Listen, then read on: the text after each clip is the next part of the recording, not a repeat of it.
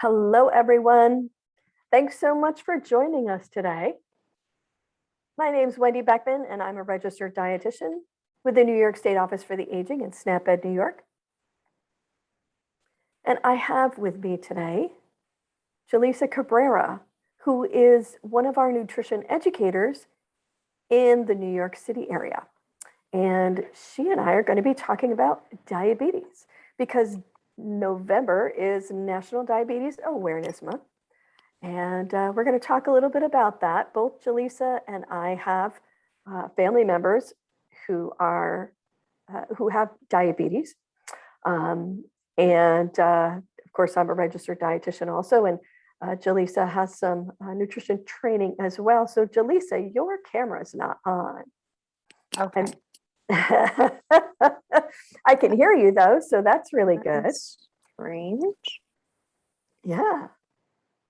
Well, we're going to let Jaleesa figure out her camera. And so we're going to be talking a little bit about diabetes. There's several different kinds of diabetes. And I have family members who have both type 1 and type 2 diabetes. So we'll be sort of talking a little bit about several different kinds of diabetes. There's Jaleesa. And I'm gonna now you're muted. Okay. I think I should be okay now. Yeah, now we can see you and we can hear you. That is Okay, wonderful. good. Yeah. So Jaleesa, tell me a little bit about what you do with SNAP-Ed in New York City. Okay, so great. Hi, everyone. My name is Jaleesa Cabrera. I am a nutrition educator for SNAP-Ed in New York City and for DIFTA, for the Department for the Aging in New York City. We are currently providing online virtual workshops for our older population here in the city. Mostly on a weekly and right now we're kind of in the off season, but it's a weekly basis, 1 hour. And we meet with basically with a group of people, same group of people usually at the center. Now we're also doing hybrid, which was really nice. We're trying to just get our feedback into nutrition education, especially with COVID going on. But it's been really nice still being able to reach out to so many that in the centers that still need a lot of nutrition education or still meeting them in their homes, whether it's virtually or over the phone even. So there's a lot of ways that we can still reach out to a lot of folks that still need nutrition education in their home via, English or Spanish. So that's just a little bit of what I've been doing along with the Shine Grant team here in the city. And it's been really nice. Yeah. So, one of the main components of the SNAP-Ed team in New York City is they provide nutrition education workshops. And as Jaleesa said, it's usually for an hour for four weeks. And you learn all kinds of things like how to eat healthy on a budget, making family meals more healthy, trying to cut down on sodium, using different herbs and spices to flavor food instead of salt, because that can be a problem for some people. So it's great. It's really great general nutrition information. Certainly not specifically for diabetics, but it can be used by people who have diabetes, and it's really good general nutrition education information. And they have been providing classes, some in person, just starting to do in person again since the pandemic began. But in New York City, they've been doing a lot of online classes. And Jaleesa is our educator who provides those classes in Spanish. And obviously she can do it in English as well. We'll get Jaleesa's information and we'll put her email in the chat box later on in the program so that if anybody who is in the New York City area, if you're joining us, you certainly can contact Jaleesa and find out more information about how to get some nutrition education in the New York City area. So I brought up the chat box. We will be taking questions later. I'm going to do some sort of background information on diabetes, and I'll do a little short presentation. because I want to spend most of our time taking your questions. Jaleesa and I love to answer questions from the people in the audience, so we'll be looking forward to that. But first, what I'm going to do is I'm going to share my screen, and I have a little bit of a presentation. So just to go over some basics about diabetes, and hopefully that will give people some good background information. Okay, let me bring up my. Now, are you seeing the whole screen right now, or are you seeing my presenter view? I can see your presenter view. Oh, you're seeing the presenter view, of course. Lovely, because that's not what I want. It doesn't include, no, it doesn't include the Microsoft Word or the toolbar or anything. Okay, but you're seeing the presenter view, is that correct? Yes. So yeah, I don't want to do that. So let's see. Let's just go back to this one. All right, now you're seeing the whole screen, right? Yes. Okay, great. All right, so as I said, November is National Diabetes Month. So let's go over that. So one of the first things we're going to do is we're just going to do a little bit of a definition of what diabetes is. So diabetes is a disease in which the body's ability to produce or respond to the hormone insulin is impaired, resulting in abnormal metabolism of carbohydrates and elevated levels of glucose in the blood and urine. And that is just a fancy way of saying that diabetes is the body's dysregulation of insulin, all forms of diabetes. So that's why sometimes it's a little confusing for people. There's type 1, there's type 2, there's this and that. We're going to talk about what the differences are between those. So for individuals who have type 1 diabetes, they don't produce any insulin at all. Type 1 diabetes is usually diagnosed when someone is either a child or in early adulthood, and it is an autoimmune disease where the body kills off the cells in the pancreas that produce insulin. So a person will go from sort of normally producing insulin like we all do in our pancreas, helps us to absorb carbohydrates, and then they will get to a point where they actually just stop making insulin, and it actually really makes them quite ill very quickly. So type 1 diabetes, those individuals don't produce any insulin at all. And again, it's usually diagnosed when the person is younger, and it is an autoimmune disease. It doesn't usually run in families, but sometimes more than one person in the family can have it. However, in those families, usually autoimmune diseases do run in those families. Individuals with type 2 diabetes don't use insulin well. They're insulin resistant. Sometimes you'll hear that term. So type 2 diabetes is usually diagnosed in individuals who are older. It can be a result of excess body fat. Someone who is either overweight or obese can develop diabetes, type 2 diabetes, later in life, because there's something about having that excess adipose tissue, that excess fat, that causes insulin resistance. And it's not really understood what that whole mechanism is, but it can cause insulin resistance in people. Now, not everyone who has type 2 diabetes is overweight or obese. My brother-in-law is a good example of that. He was diagnosed with type 2 diabetes during the pandemic.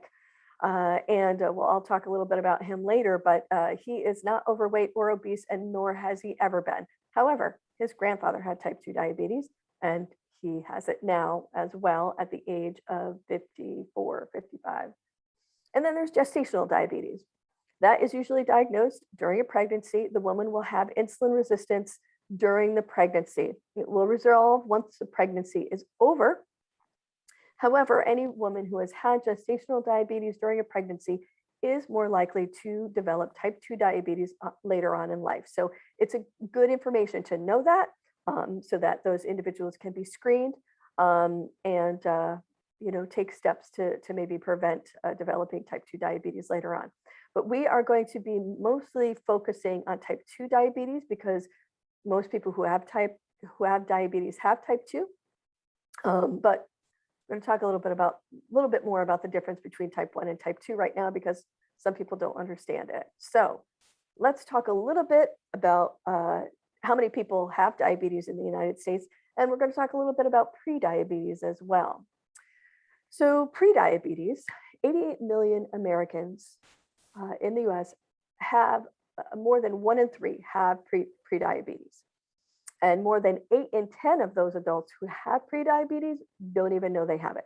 So those are individuals who are living with prediabetes and they don't know they have it. So that's one of the reasons why screening is so important, because a lot of times prediabetes won't necessarily have any symptoms unless you have a blood test. So we'll talk more about that later as well. And then in the United States, 34.2 million people have diabetes. That's about 1 in 10 people in the United States has diabetes, and 1 in 5 of those people don't know they have it. So again, it's one of the reasons why screening is so important. Usually once someone is so insulin resistant that they do have type 2 diabetes, they will start getting symptoms. And I'm going to talk a little bit more again about those later. So individuals who need to be screened for diabetes, usually what will happen is you'll have a fasting blood glucose test. So it is a blood test. It's usually done after 8 to 12 hours of fasting. And so if you go in and you have the test done and your blood glucose is still elevated after you have a fasting blood test, after 8 to 12 hours of not eating anything, that means that you probably are insulin resistant, because individuals who don't have diabetes, usually their blood sugars will come back to a normal level within 1 to 2 hours of eating. So if your blood sugar is still high after 12 hours of not eating, that indicates that you have a problem and you're insulin resistant. So that's a good thing to know. So also let's talk a little bit about insulin. What is insulin and what is its action in the body? So insulin, in this little graphic, you can see that insulin is the little yellow thing. It looks like it has a little plug there, and it goes into the insulin receptor in the cell. And once the insulin receptor has been filled, with the insulin hormone, the glucose channels open in the cell, and it allows the glucose to go into the cell where it can then be used as energy. Now, this graphic refers to insulin as the key that unlocks the glucose channel. And this is another little graphic. You can see the little glucose molecules. Those are represented by those little white cubes. They sort of look like sugar cubes. And the insulin is represented by the little yellow ball. It goes onto the insulin receptor in the cell. That makes the glucose channels open up. The blood sugar goes into the cell, and the cell can then use it for energy. So individuals with type 1 diabetes, as I mentioned before, don't produce any insulin at all. They are insulin deficient. And you can think of those people as not having any keys. They've lost their keys. They left them behind. So those are people with type 1 diabetes. Individuals with type 2 diabetes have a key. They still have insulin, but it doesn't work very well. So you can think of those people as having a broken key. And oftentimes when I used to counsel patients on diabetes and insulin and how it works in the body, I would describe it as insulin would come up to the cell and knock on the door and say, "Please let me in." And anyone who does not have diabetes, the cell would say, "Sure." It would open the door and it would let the glucose come in. In the case of type 2 diabetes, when insulin comes knocking on the door at the cell goes, "I don't know who you are, go away." And so therefore the glucose doesn't go into the cell. And then that means that glucose continues to circulate in the blood and it just stays there and it has nowhere to go. And we're going to talk a little bit later why having sugar circulating in your blood, too much sugar circulating in your blood, is not a good thing. So what are some of the complications of diabetes? Both type 1 and type 2 diabetes have a lot of the same complications. And that is because many of those complications come about because of uncontrolled high blood sugar. So if you have type 1 diabetes or type 2 diabetes, you can have uncontrolled high blood sugar. So a lot of times it's because you're eating the wrong foods, or you're not taking your medications, or you're not, following sort of your plan. And so that is how some of those complications can come about. And all of these systems in the body can be affected by uncontrolled high blood sugar. So the heart and blood vessels can be affected by too much blood sugar.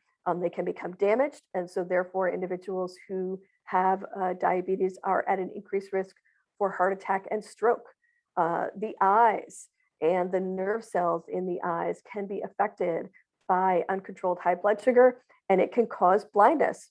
Heart attacks, we talk about stroke, same idea. The blood vessels become damaged, and then that can cause blood clots to form and then can cause strokes, either in the heart, causing a heart attack, or in the brain, causing a brain injury.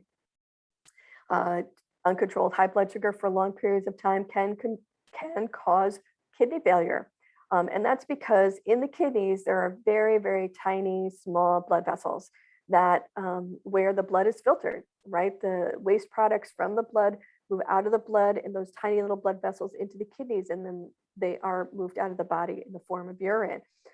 When those really, really small blood vessels get damaged from that increased blood sugar over long periods of time, those little tiny blood vessels get damaged, and then they can't filter your blood anymore, and you can't create urine, and then you have kidney failure. So that is a problem. And then amputations can occur because nerve cells and blood vessels get damaged from that increased blood sugar. And then it will cause numbness and tingling and loss of sensation in the limbs. It can cause amputations, both in the hands, toes, feet, things like that. So, and that is, that can be both in type 1 and type 2 diabetes. But let's talk a little bit about the symptoms of type 1 and type 2, because they can be the same in some instances and a little bit different in others. So with type 1 diabetes, they often have abnormal thirst and dry mouth, and it is the same with type 2 diabetes. And that is because with increased blood sugar, the body tries to do something with it. If it's not, that glucose is not moving into the cells and being used, just going to circulate in your blood, and the body knows that that's not right. It doesn't like it. So one of the ways that it's able to get rid of that excess blood sugar is through your kidneys. Now, it's not a very efficient way to do it, but it does make people feel thirsty. They want to drink a lot, and that makes them go to the bathroom more. So they will end up having frequent urination. And that is the same for type 1 and type 2. Both type 1 diabetics and type 2 diabetics, before they are diagnosed, might feel kind of lousy. They're going to have lack of energy. They might be very tired. Both type 1 and type 2 diabetics may have blurry vision. And that is because if there's too much sugar in your blood and it has nowhere to go, it can cause your eyes to more fluid to actually move into your eyes, like your eyeballs. And then it increases the size of your eyeballs, which changes the shape of the lenses in your eyes, and it causes blurry vision. So it really can be caused by something like that. People who have type 1 diabetes may be very hungry, right? If they eat a piece of bread, a piece of toast, it's going to go into their body, but then it's not absorbed into their cells. Their cells are constantly, and they will constantly ask for some type of fuel. It's going to keep asking for fuel. And this is where the similarities between type 1 and type 2 differ. Type 2 diabetics can have recurrent fungal infections because their skin, in their blood, there's lots of sugar. The fungus likes that, starts eating the sugar that's in the blood, and it can grow a little bit more. Individuals who have type 1 diabetes may have sudden weight loss. Now, weight loss can happen with individuals who have type 2, but it's much less common, and it's usually much more gradual. Individuals who have type 1 diabetes can have very sudden weight loss because one day they were using glucose as a form of energy, and the next day, boom, they're not. Instead, individuals with type 2 can have slow wound healing, and that's because of the damage to the nerves, the skin, and the cells. And individuals with type 1 may have bedwetting. Again, remember that a lot of those people are going to be young, and they're drinking so much all the time because they're thirsty, and they may end up wetting their bed, and then tingling in the numbness in the hands and feet, as I talked about before with type 2 diabetics, due to the damage to nerves, skin, and blood vessels. So what can you do? What can you do to try and prevent type 2 diabetes? Usually there's not too much you can do to prevent type 1. If you're going to get it, you get it. It's just part of your genetics. But there are certain things that you can do to try and minimize the chance of having type 2 diabetes later in life. And that comes down to regular exercise, and watching what you eat and making half your plate fruits and vegetables. That's one way that you can increase some of the healthier foods that are lower in carbohydrates, that will help you to either maintain or lose weight. So fruits and vegetables, we've talked about this many times before. They're high in water, they're high in fiber, they're high in vitamins and minerals that our bodies need anyway. And the fact that they're high in water and fiber can help us feel full longer. And that over time can help you to either maintain your weight or lose weight. So watching those portion sizes, focusing on whole fruits, whole vegetables, which tend to be a little bit lower in carbohydrates than some other refined things, like we have a small piece of pizza here. That's a refined carbohydrate. So those types of things can help us to minimize our chance of developing type 2 diabetes.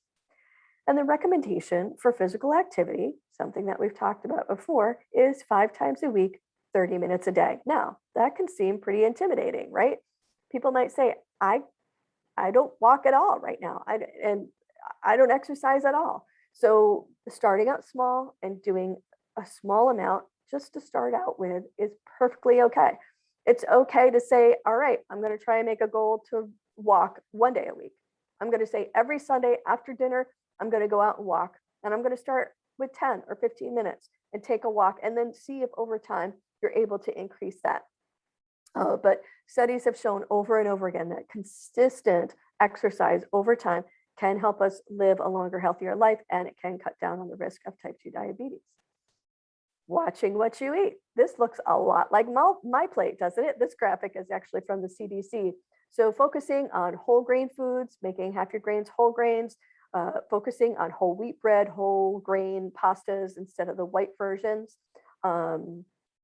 Foods with heart-healthy fats, so low fat, or varying your protein routine to include plant-based forms of protein, and other forms of protein such as fish and poultry with the skin removed that have a lot less fat in them. Those can be heart healthy.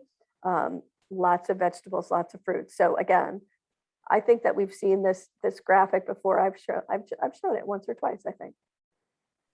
And then keeping up with your medical care. So making sure that you have regular dental care, that you see a podiatrist if you need to, having your eyes checked regularly. All of those things can help to sort of clue people in that they might be insulin resistant, making sure that you take your medication appropriately, going to your doctor's appointments when they're scheduled. All of those things are important to making sure that you might be, if you are diagnosed with type 2 diabetes, you catch it early. That is so important. If you have some of those symptoms that we talked about earlier, don't ignore them. Go to the doctor, have the test, see if they can diagnose you. Believe me, if you get treated, you will feel so much better. If you know that you have diabetes in your family, especially type 2 diabetes, make sure that you get screened on a regular basis. So if you know you have type 2 diabetes in your family, you should ask to be screened for pre-diabetes at least once every 3 years. So if you go in, you have your blood tested, and you know that your grandfather, your grandparents, your parents had type 2 diabetes, the test comes back normal. You do not have pre-diabetes, wait again another 3 years, get tested again. If you get tested and it comes back and they say, oh, you have pre-diabetes, you should be asked to be tested and screened for type 2 diabetes every 1 to 2 years. So again, having that regular follow up with your doctor and seeing people on a regular basis, making sure that you're getting those screening tests done, very important. Now, so here are some resources for you. I'm going to spend just a couple of, well, not a whole minute probably, but a few seconds on this slide, because I know that people like to see these resources. And I know that Kelly has the resources as well, and she'll try to put as many of these in the chat box as possible. So we have diabetes.org, that's the American Diabetes Association. The American Heart Association has a whole section devoted to diabetes because individuals who have diabetes are at an increased risk of heart disease. So, heart.org, if you check for, search for diabetes, or nodiabetes.byheart.org, That's the American Heart Association site that's devoted to diabetes. There's a whole bunch of diabetes-friendly recipes at www.diabetesfoodhub.org. So if you want to check that one out. The American Medical Association has a site on diabetes, amapreventdiabetes.org. They have all kinds of information on preventing diabetes. A prediabetes awareness site is doihaveprediabetes.org. Check that one out. And the New York State website, www.health.ny.gov, and then look for diseases, and you can search for diabetes and then look for resources. There's a link on the left-hand side, and that site will give you some of these resources and even more. So that's a really good site to go to for New York State. So I'm going to stop sharing this, and I'm going to, oh, here's my chat box. Okay. So Ellen is saying that she's not diabetic, but her mom was, and it's definitely in the family. I'm highly allergic to tree nuts. What can I replace in recipes instead of tree nuts to keep my protein level up? Jaleesa, what do you think about that?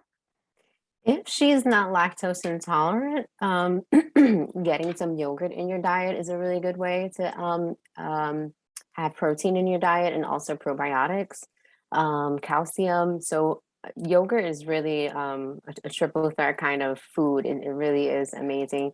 Also looking into, if, like I said, if she's not lactose intolerant, other sources of nutrient rich protein, dairy products. I would say also seafood, if she's not allergic to seafood. Of course, lean meats, lean other types of lean proteins, lean beef.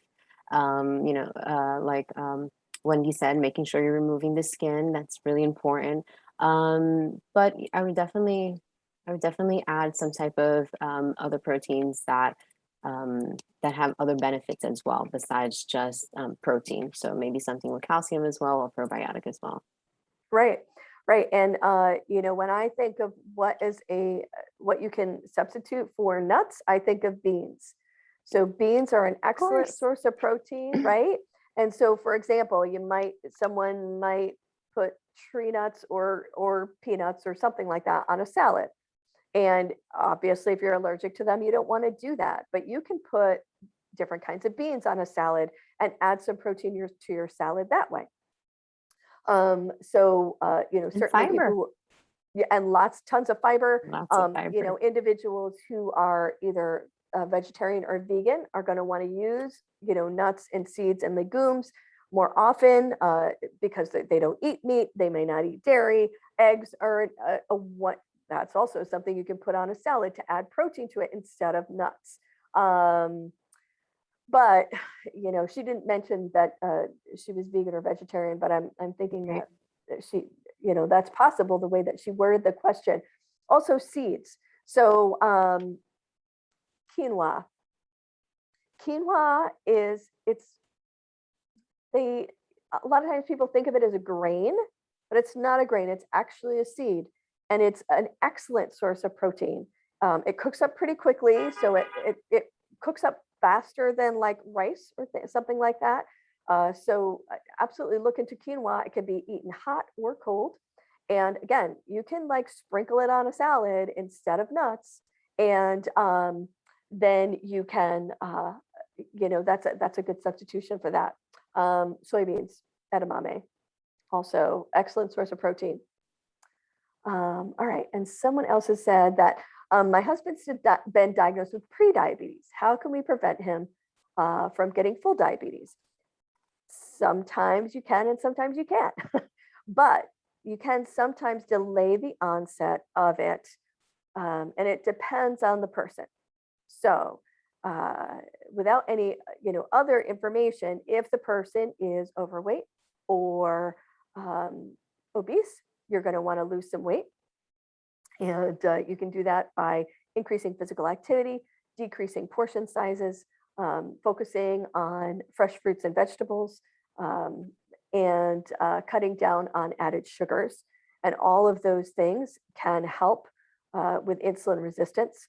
So, yeah, that's one of the ways that you can do that. There are some programs that you may have in your community. There's a National Diabetes Prevention Program that you can Google to see if you have any providers in your area. And it's specifically for individuals who have prediabetes. And it helps them to maybe cut down on their chances of developing type 2 diabetes. And they talk a lot about the things that we were just talking about: exercising more, eating more whole foods, focusing on whole grains, cutting down on added sugars, cutting down on portion sizes, things like that. So, and the goal usually of that diabetes prevention program is to lose at least 10% of your body weight. So um, that's a good thing to look up. Um, Nancy, should I never eat any sugary desserts ever again with prediabetes? Jaleesa, I'm gonna let you answer that one first. Okay, well, I would say with any type of diagnosis, especially with when it comes to nutrition related, don't eliminate any food group unless you are asked to, especially by your doctor or your registered dietitian. But don't eliminate. I would say everything in moderation, right? Um, it's important to understand it's okay to have sugary desserts. It's really portion that's really important. And how often are you eating it? I like to say, when you're having a sugary dessert, usually have it at a birthday party, right? We're celebrating an event. Like if you're craving something sugary at home, just buy a small portion and enjoy it with, family or friends or with make a small little event out of it, even if it's at home. Oh, I love this chocolate cake. Oh, I'm gonna, just enjoy it, make it a moment. And it's really important to understand that eliminating a lot of food groups is not the key. It's really portion control, staying Mm, active, and really just staying on top of a lot of the health numbers, right? So mhm, your blood glucose, all of the other good numbers that you get every year at your doctor. mhm. Um, yeah. Yeah. Yep. So usually with prediabetes, you're not necessarily testing your blood sugar yet, but keep in mind that just like Jaleesa said, it's portion control. And one of the things you can do the same thing with prediabetes, as I tell people who are diabetics.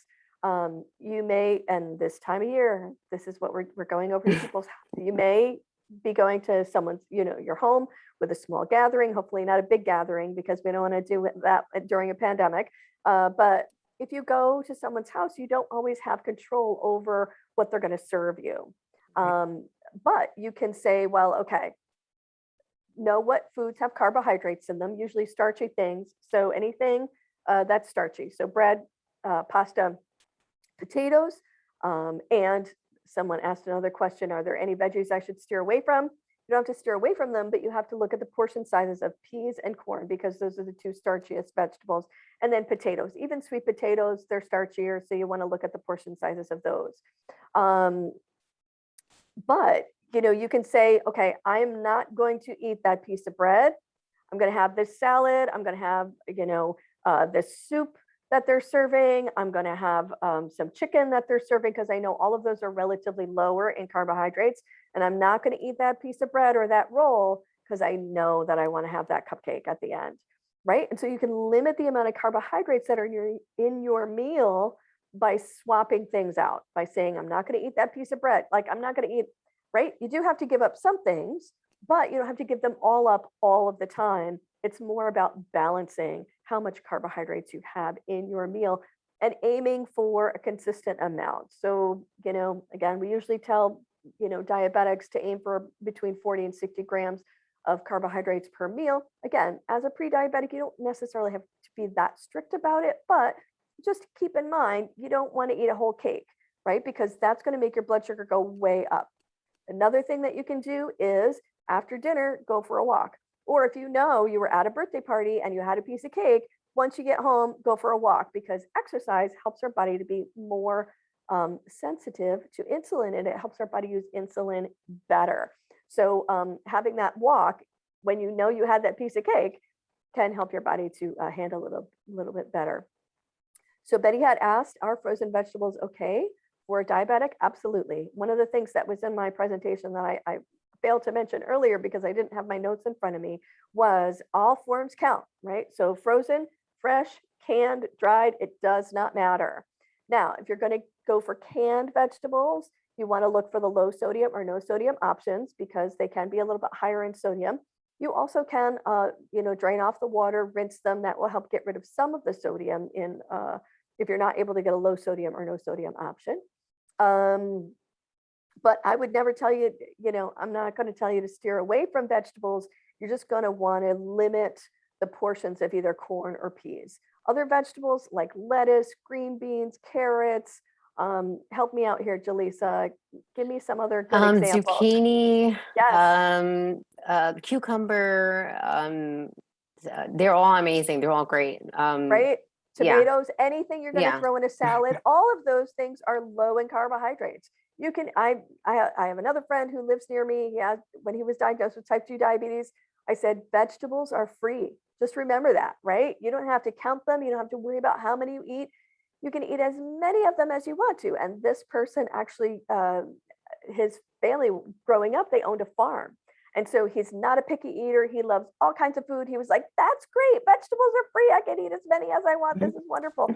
And so he was thrilled to hear that. And yeah, and so he uses a lot of frozen vegetables. He lives alone. He was complaining to me. He's like, well, they have those big bags of vegetables. I can't eat them all at once. And I said, well, just, seal the bag back up. You can get those little clips and put the clip on there and throw it back in the freezer. He's like, oh, I don't have those clips.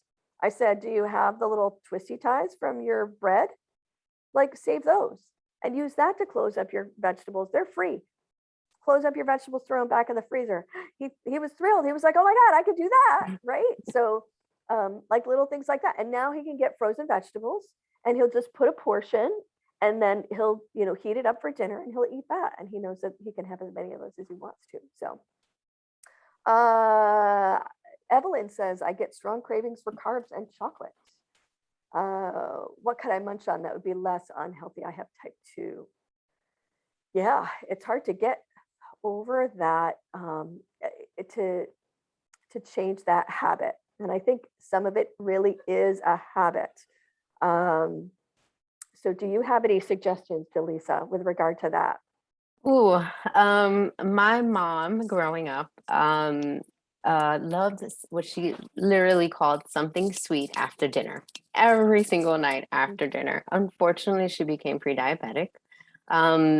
We were able to, like you said, prolong the diagnosis. So she wasn't fully type 2 diabetic, but something sweet, right? It's almost a joke in my family now.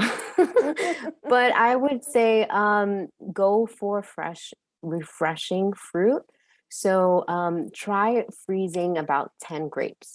10, I would say, whatever your favorite grapes are. It can be red grapes, green grapes. Try them frozen. They taste really good, really, really good. And they might help to kick that sweet craving that you're having. Also, try mixing in maybe a little bit of chopped fresh strawberries with some ricotta cheese before you go to bed. That might help you, stay fuller a little longer throughout the night. But it's really key to try to find something that is a fruit that is sweet, that you enjoy, that has fiber, and then also try to maybe match it with the protein, just so you can stay fuller a little bit longer before you go to bed. And hopefully that can carb some of those sweet cravings you get, because I think like what Wendy says, a lot of it it's our mindset. So if you still are kind of satisfying that craving, but in not so much of a unhealthy way, I think you're still fulfilling it. You just kind of have to give it time and be patient and just try to stick with it, because it is important, I think, especially before we go to bed, to choose, to try to stick with the best foods possible. It can definitely affect your sleep throughout the night if you don't. Right, right. Yeah, I absolutely agree. So yeah, substituting fruit with some low fat yogurt. Um, so I uh, meant to say cottage cheese. Did I say yep, ricotta? you did, but that's Oh, all right. sorry. You probably yep, cottage cheese, right? Cottage cheese and fruit, that can be like a really nice little snack, and it's sweet. You can put canned one of my favorite things is canned pineapple tidbits with cottage cheese. It's delicious. Mhm. So you're going to want to look for a low fat or a fat free variety of cottage cheese, but it's got a little bit of protein in it, and having a little bit of fat is okay. So there are several things that slow down the absorption of glucose into our bloodstream. One of them is fiber, one of them is fat, one of them is protein. So combining things together can help our bodies handle carbohydrates better. So I often use the example of a pasta meal. So if you want to have pasta and you have type 2 diabetes or prediabetes, you want to look at your portion size of your pasta. You're only going to have a cup of pasta, which I know some people who are of Italian descent look at me like I'm crazy when I tell them that. Like I can't have a vat of pasta. No, you can't have 5 gallons of pasta. You can have a cup of pasta. Then you can have a large salad that's going to have fiber in it. And you're going to want to look for whole grain pasta because that has fiber in it as well. And then you're going to put some meatballs on there. You can make the meatballs out of turkey, ground turkey. That's a lower fat option. The turkey has protein in it. So now you have a meal that has some carbohydrates in it, but it also has fiber and protein in it. And all of those things combined together are going to help to slow down the absorption of carbohydrate into your bloodstream. And that's important because if you have prediabetes or you have type 2 diabetes, that means that you don't use insulin very well. You're insulin resistant. The more you can slow down the absorption of that sugar into your blood, it's going to give your body a chance to handle those carbohydrates that it has. And it's going to give the chance the insulin that you are producing time to get those carbohydrates into your cells so that you can use them for energy. So um, it's okay to have a snack at night. I would try and tell you to stay away from the chocolate, but fruit has carbohydrates in it and it's okay. I have been told by diabetics before that I can't eat pineapple because there's too much sugar in it. I can't have this, I can't have that, and they're usually fruit. I can't have this kind of fruit because it has too much sugar in it. Well, if you look at different types of fruit, on average, they vary a little bit, but in general, a half a cup of fruit is going to be, 20 grams of carbohydrates or whatever. So, and that's on average. Someone's going to be 25, some are going to be 30, some are only going to be 15, but they don't vary that much that you have to say, well, I can't eat pineapple, right? So it's the water and the fiber in those fruits that help, that make it so that as a type 2 diabetic or someone who has prediabetes, you can have them and they're healthy for you. They're good. They have vitamins and minerals in them, the stuff that our bodies need. So I want you to eat them. I don't want you to stay away from them. So someone had asked, what fruit should a diabetic stay away from? None of them. But you're not going to eat, you're going to have an apple. You're going to have an orange. You're going to have bananas. Okay. That one, you're not going to stay away from it, but you're going to eat a half a banana at a time. Because that one does tend to affect people's blood sugar a little bit more than some others. And it may be because bananas have a lot less insoluble fiber. They have a lot of soluble fiber in them, but not as much insoluble fiber. A lot of insoluble fiber, like in an apple, is in the skin. A banana, you peel the skin off, right? So you're losing a lot of that insoluble fiber. So bananas, you're gonna just cut down the serving size, right? You're not gonna avoid it. You're just not gonna eat, the whole banana all at once. So I think that for me, if I have to I have to take the cookies out of the house, right? I have to get rid of them. I have to take the chocolate out of the house. I cannot have them around because if they're around, I will eat them. Not everybody's like that, but I'm an all or nothing person. Either it's there and I eat it or I get rid of it. So that's what, yeah, Jaleesa says the same thing. I can't have it. I can't have it. Same way. Right. So that's one of the things you do is take that chocolate, take those sweet carbs, those things that are like a lot of really refined sugars, take them out of your house and replace them with sugars that are not added, right? Apples have sugar in them. It's sugar that is naturally occurring in the fruit. That's okay. It's not an added sugar. An Oreo has all added sugar, right? It's all added. It's all been added in processing. So get rid of those things that are more highly processed and focus on some things that are still sweet but still have fiber in them. I like this time of year apples with a little bit of cheese, cheddar cheese, like cut up. I like to make it like I love to have snacks, like so like I'll make like a little board, like Charcuterie board. a charcuterie board. Yes, thank you, Jaleesa. Right? Same. Yeah, right. I want to have some olives and some apples and some cheese and some cottage cheese and like and those are all things that you can have as a diabetic or someone who has prediabetes. Those are all little things that you can have, and then it makes it sort of like fancy, right? I don't know. I feel fancy when I do it. I don't know about you. What about you, Yeah, Jaleesa? I do too. It's nice. You get a little bit of everything. You have some whole grain crackers, Yes. Yes. and your tea or whatever you like to drink. And yeah, I mean, I love it. It's like a little mini brunch at home. Yes.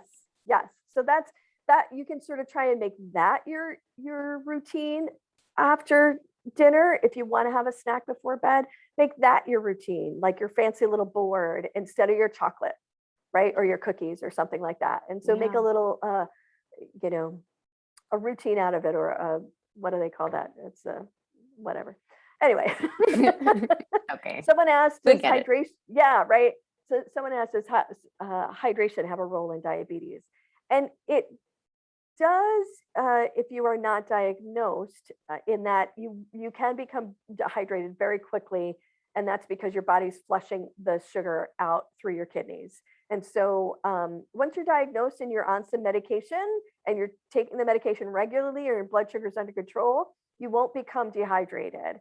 So but it's just as important as anybody else, right? You got to have 8 to 10 8-ounce cups of water, or non-sugar sweetened beverage a day. And you can count coffee and tea, but you don't want to add all kinds of sugar to it and all of that kind of stuff. So Sue says, can I eat sugar-free pudding? Yes. So some people use those sugar-free products as something that's sweet, because it helps them to decrease the amount of carbohydrates that they're eating. And also sugar substitutes, are they okay? Yes, they are. They've been around for years and they've been studied for years. So things like, aspartame had sort of a bad rap for a little while, like the little pink sweet and low sugar packets, right? Yeah. But things like, there's the Splenda and the baking mix and things like that. So yes, you can use those. I personally don't like them. I don't like the way they taste. I don't like the aftertaste that they have. But if they don't, if you like them, then yes, you can use them. Jaleesa, have you ever had people who use them, or that you suggested to them to use them? I never had to suggest anyone to use them, but I would say a lot of people that I've known, like a lot of friends that I've known that love those coffee drinks that are super sweet, they would put about like 6 sweet and lows or 6 Splendas and Ugh. as a substitute. And again, like it's a matter of preference. I don't like that aftertaste, but again, Mhm. if you want pudding and if you want to try your sugar-free pudding, I would rather have you have sugar-free pudding than regular pudding, especially if you're someone who has diabetes. Because again, portion control. When you go to your supermarket, look at the nutrition facts label and make sure you are reading Mhm. the nutrition facts label and you're looking at what the serving size is suggested and what those numbers are. What are the grams, especially per serving. Because right, you can have a little small cup of pudding, but that small cup of pudding can have about maybe 20 something grams of sugar or maybe even 30 grams of sugar.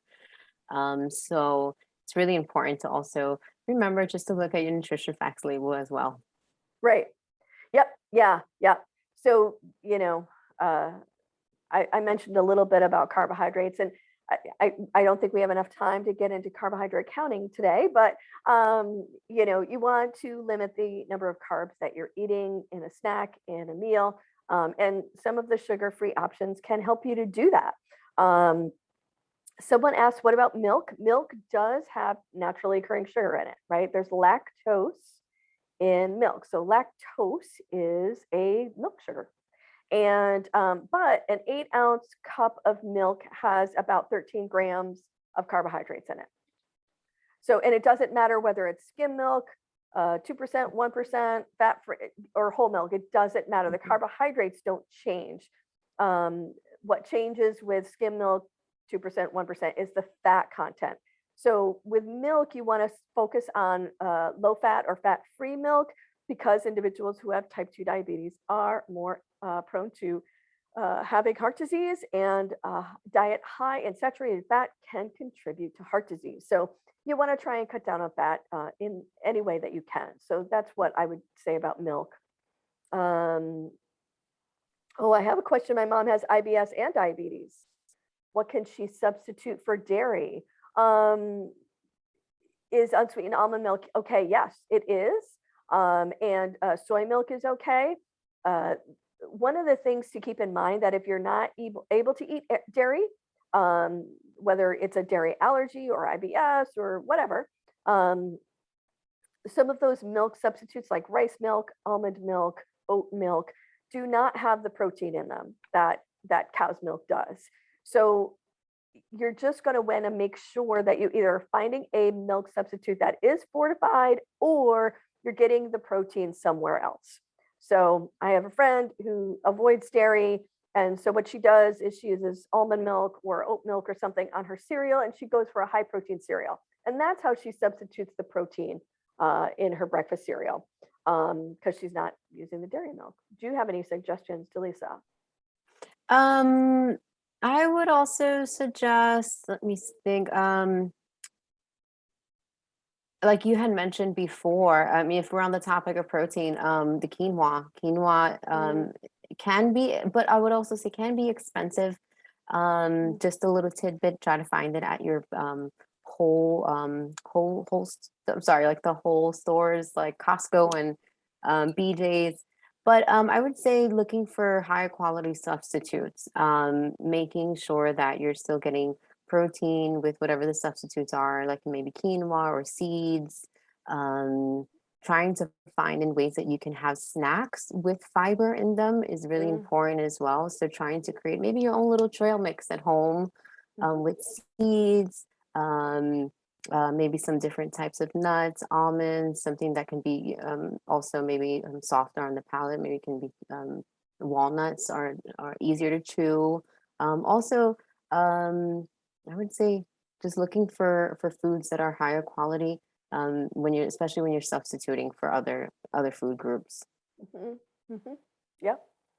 We have another question. What should we look for on the nutrition facts label? Added sugars, and carbohydrates. So on the nutrition facts label now, it does list added sugars. So naturally occurring sugars are fine. Again, if you had an apple that had a label on it, it would say that it didn't have any added sugar. It would still say that it had carbohydrates in it, but it would not list on its label any added sugars. So you're going to look for added sugars. That's an indication that the food is highly processed, right? It's had sugar added to it. And then the total carbohydrates. So, you don't have to separate out carbohydrates and sugars and add them together. Just look at total carbohydrates. And you're going to find that foods that are less processed, and like if you look on the nutrition label for a chicken breast, there's minimal or no carbohydrates in it, right? It's just a chicken breast. It's mostly protein. So things like that is looking at the carbs, looking for added sugars, trying to stay away from foods with lots of added sugars.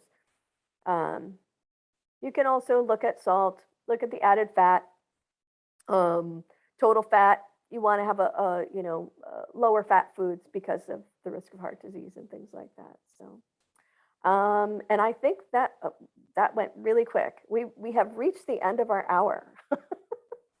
We did. That went really fast. It did really go fast, and I think that, yeah, I think it's me, right? I know a lot about diabetes, so I know Jaleesa said that she would come on with us today because you have a bunch of people in your family who have type 1 diabetes, right? A whole Whole handful of tribe. them, right? A whole tribe. What is it? Two cousins, your dad, and an Well, aunt. I mean, unfortunately, on both sides of the family, my father's side are all mostly type 1 diabetes. My mom's side, there is the pre-diabetes now that we're seeing a lot. She had pre-diabetes, but also my younger cousin was diagnosed when he was 9 with type 1 diabetes. So it's I've seen what diabetes can do, right? Yeah. And what it can and can't do for your life, right? So what it can't do is if you don't manage it, it's not going to give you a great longer life, right? You're gonna have a lot of complications. I've also seen that if you manage it well, you can live a fulfilling life. Yep. My father lived until he was 73 years old, and with very minimal complications, Mhm. except he had a stroke, and that was about it. But no renal damage, no kidney. Everything was very well managed, Wow. and yeah, no glaucoma, none of those. Unfortunately, his sister lost, some limbs, and so these are the things that I don't want to scare anyone, right? I don't want to scare anyone away, but it's really important to manage. Mm. Self-management, also finding support groups. Reach out. If you're here online, try to find support groups online. On Facebook as well. They can be really supportive. And if you have any family members, also join family members for support groups for family members. They're really Right. helpful. So Mhm. just don't think that it's that hard, right? Mm. It can be very manageable. Yeah, right. It can be done. Yes. So my son was diagnosed at the age of 10 with type 1 diabetes, and that was quite a shock to us because we don't have anyone else in our family who has it. But he's 25 now and he's doing beautifully. He manages it really well. He runs, he likes to run marathons and races, and he's very healthy. And he's had type 1 diabetes now for 15 years, and he's doing beautifully. So if you manage it, you can do really, really well. But if you don't manage it, you can have some of those complications that are really scary. Amputations, having to go on dialysis, blindness, those types of things. And I have a couple of people in my family with type 2 diabetes as well, so who were diagnosed, later in life. And um, most recently, my brother-in-law. So during the pandemic, he was diagnosed with type 2 diabetes, not overweight. He actually lost a little bit of weight and he didn't have any weight to lose. He did not need to lose weight. But that was our first clue that something was going on. We tested his blood sugar actually with my son's blood sugar monitoring kit, and it was in the 500s, and normal's about 120, 100 to 120. So it was way, way too high. And then he couldn't see a doctor for a month, and then he couldn't see endocrinology for 2 months. So because it was a pandemic. So I helped him with his diet, and he was able to get his blood sugars under control just with diet for 2 months while he was waiting to see the doctor. So it can be done. I wanted him to go on medication so he'd have a little bit more flexibility because he was very strict with his diet because he knew he had to be. Um, but I want to thank you so much, Jaleesa, for joining us today. Thank And you. thanks for everybody who had questions. We love answering your questions. And I will be back next Friday. I'm going to do a cooking demo where we're going to be making a Northwest apple salad, which is a great thing to bring to holiday gatherings with you. It's nice and colorful and it's beautiful. It's diabetic friendly. So I highly recommend that you join us for that. That'll be at 11:30 on Friday the 19th. I think that's what the day is. And I will check you all later. Thank you, Jaleesa. See you. Bye Bye, bye. everyone.